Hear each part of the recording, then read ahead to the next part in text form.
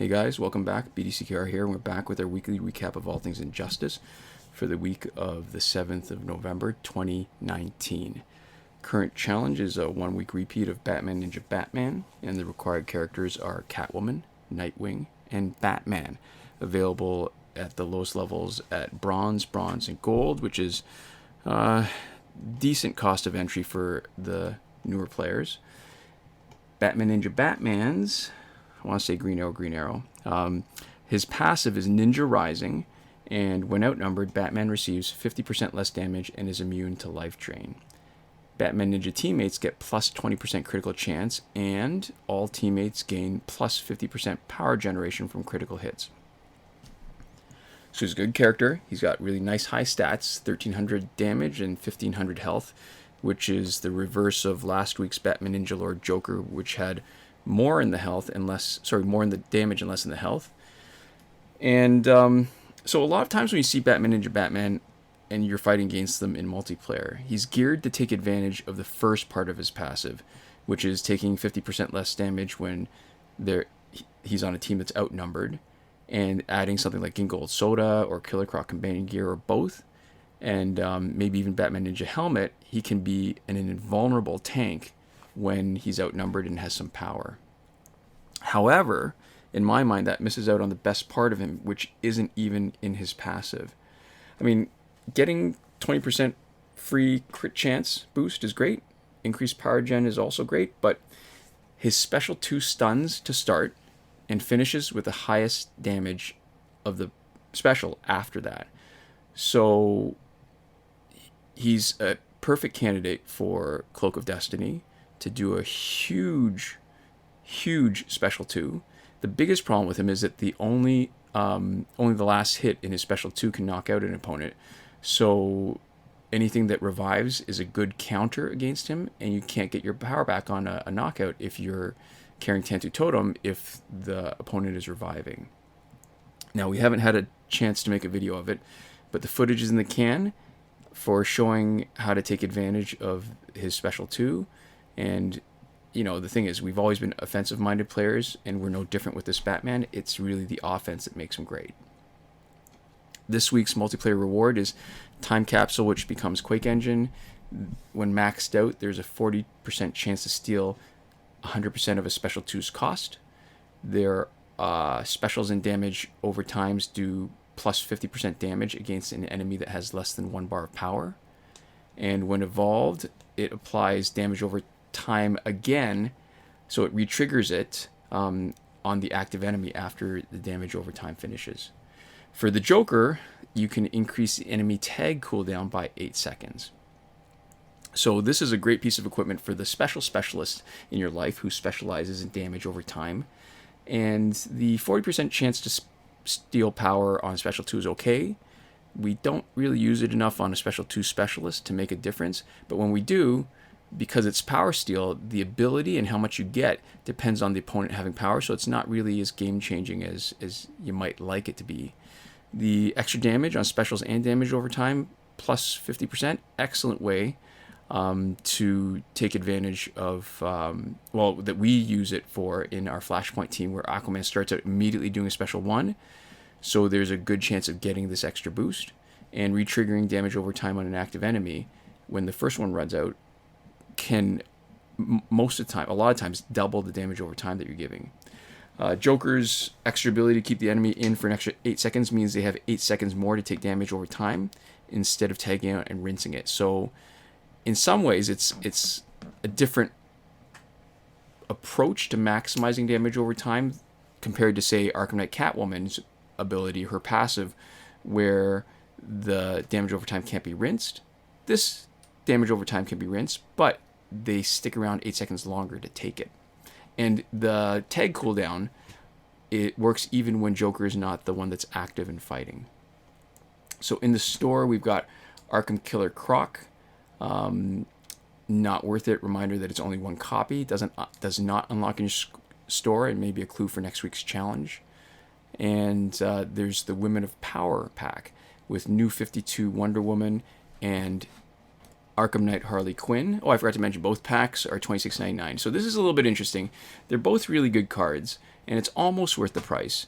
New 52 Wonder Woman used to be Justice League Wonder Woman, and we have her on our Justice League. I was going to say Injustice League team. Our Justice League team for a reason, because her passive is great.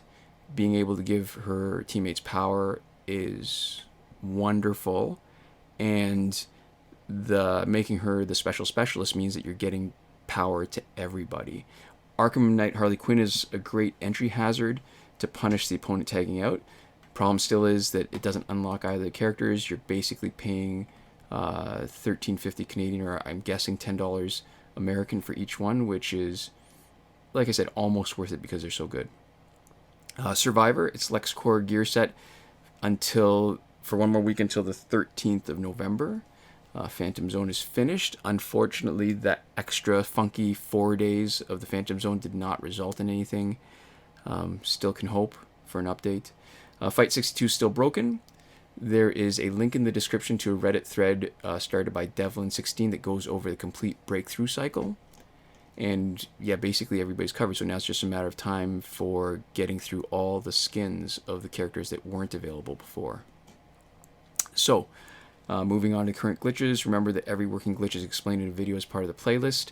It is linked in the description, and also you can reach it by clicking the eye in the top right corner of this video.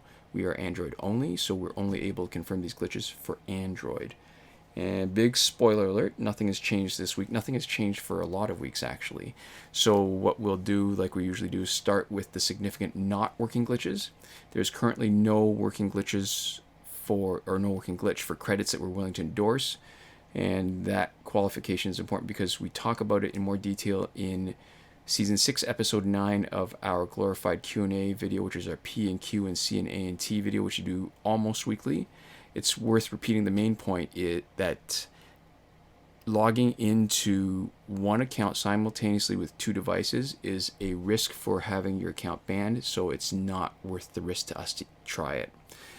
The previous glitch for getting repeated past multiplayer season rewards is not working. The glitch for early multiplayer season rewards also not working. And there's currently no glitch to get through Phantom Zone quickly. And now on to working glitches. Well, I guess if Phantom Zone were around, it would matter. Right now, it's the challenge reset method that requires Google Play Cloud Save. It is working, confirmed on the current Batman Ninja Batman challenge. And even though the Phantom Zone is not around, just remember, basically the bones of the glitch are the same for replaying Phantom Zone as it is for replaying challenge. So just keep in mind when it comes back that when you're doing one, you're also doing the other. So make sure it's progress that you're willing to give up. Breakthrough glitch, let you play repeatedly, still working. We haven't had trouble from it, but we have cut and pasted into the description a comment from a viewer who has a potential solution for people who are having trouble. Because we haven't had the trouble, we can't confirm whether this works. Use at your own risk. The airplane mode / refund glitch still working. Good for both packs with random drops, also known as loot boxes, and last laugh tickets.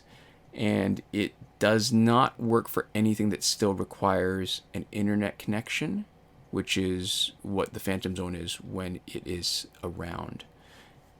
iOS users have said that they've been able to do it. We have not found that, so I don't know if that's something that's different between Android and iOS. Time shifting still works in Android for unlimited survivor play and energy recharges. And remember, return your countdown clock back to normal before you finish. And I think this is probably the most likely reason why a lot of people have complaining that their challenge doesn't show up when it's scheduled to. It's from messing around with the clock and not fixing it. Free energy without having to watch the video still works when the button is not grayed out. We've cut and pasted one iOS user's Dragons952 potential solution into the description. If the free energy is grayed out, we can't confirm whether it works. We've tried variations on it in Android and it has not worked for us. It seems like it's both a combination of potentially being device specific and also what ads are available in your region at the time. So that brings us to the final sort of in-between not working glitches. The promotion glitch, where you can promote characters that are still locked, hasn't had the right conditions since update 2.14, so it's not testable and not usable. Chances are, I think the conditions are never coming back, but until it fails us the one time when it shouldn't or basically when it fails us the first time when it should be working, is when we will remove it from the playlist of current glitches. So that's it for this week. Brings us to our special thank yous to our patrons on Patreon who've been supporting us. Big thank you to Console Peasant, supporting us at the top tier last word. Sean Farrell, Daniel Simonson, Aaron Mall, and Michael DeVries, who are supporting us on the credited level. Eddie G and Chris Wolf at the gratitude level. Thank you guys so much for watching, and we'll see you next time. Komoda.